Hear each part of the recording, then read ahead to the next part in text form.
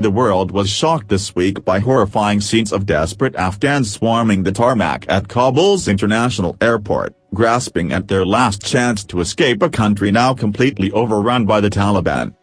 After nearly 2 decades of war, more than 6,000 American lives lost, over 100,000 Afghans killed and more than $2 trillion spent by the U.S., the outlook for the country's future was still grim, with regional experts assuming the Taliban would ultimately come to control most of Afghanistan once again. But few expected a takeover this swift, with so little resistance from the Afghan government and Afghan National Army, the latter of which was funded and trained with $89 billion from the U.S. taxpayer. Here are the 5 main causes Taliban took over Afghanistan swiftly.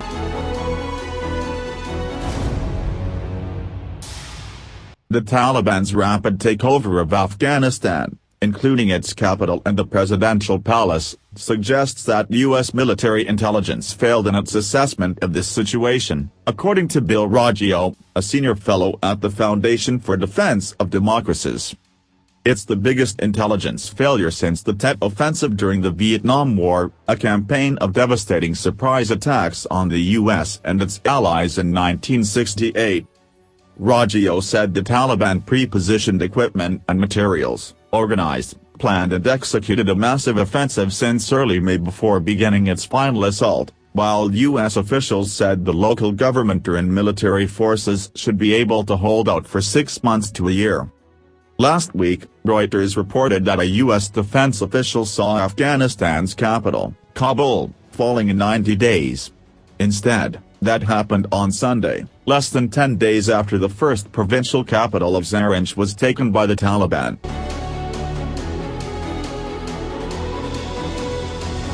What's key to note is that the Taliban did not have to fight their way into Afghanistan's provincial capitals but rather brokered a series of surrenders. Over the last few years of fighting, the group managed to gain control of some 50% of the country by seizing rural areas. And when they began making headway in cities, many Afghan forces gave in to them, convinced that the government in Kabul would not back them up.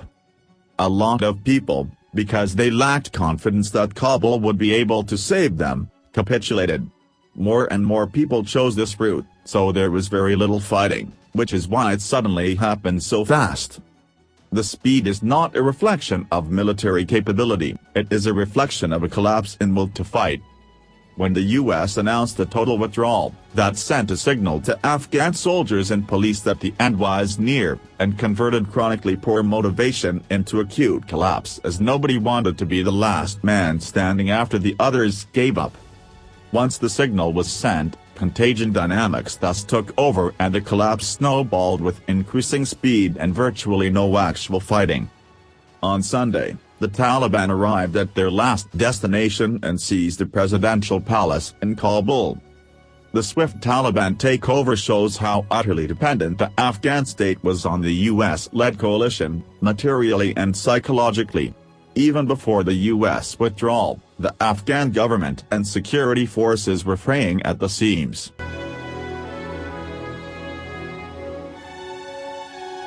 Not everyone believes the U.S. troop withdrawal is to blame for the chaos in Afghanistan today. Taliban has become more effective since the 1990s. They've become much more adept militarily and non-militarily in terms of pursuing the same objective they have, which is establishing an Islamic emirate in Afghanistan. The U.S. withdrawal is not the reason the Afghan government was outmaneuvered. Taliban surrounded the capital of Kabul, cut off supply lines that government forces needed, and have grown in numbers while developing new strategies. They use social media as lethally as they do sniper rifles. The Taliban also lets ground commanders make decisions, and brings people into captured territories to provide small-scale social services to the residents. That has allowed the group to outmaneuver Afghan and foreign forces in terms of effectively appealing, co-opting or coercing the local population into supporting or not opposing them. Had the Taliban engaged in a full military onslaught and faced resistance, the blitz of the country would have taken longer, but it still would have happened. Afghan National Army is comprised of lots of units that are systemically corrupt, have no effective command and control, they don't know how many people are in their own units, most of their equipment has been taken apart, stolen and sold off, and so they were a completely dysfunctional force. It's also because the Afghan military is woefully underpaid, underfed and undercompensated by the leadership in Kabul. The soldiers in many cases have not been fed very well, very rarely been paid and been on duty for a long time away from home and were not well led.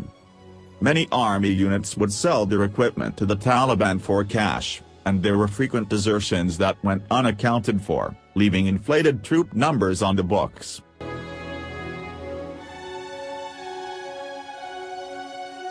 Central to understanding America's failure in Afghanistan also comes down to understanding the country's history and its culture, and how drastically it differs from any Western nation.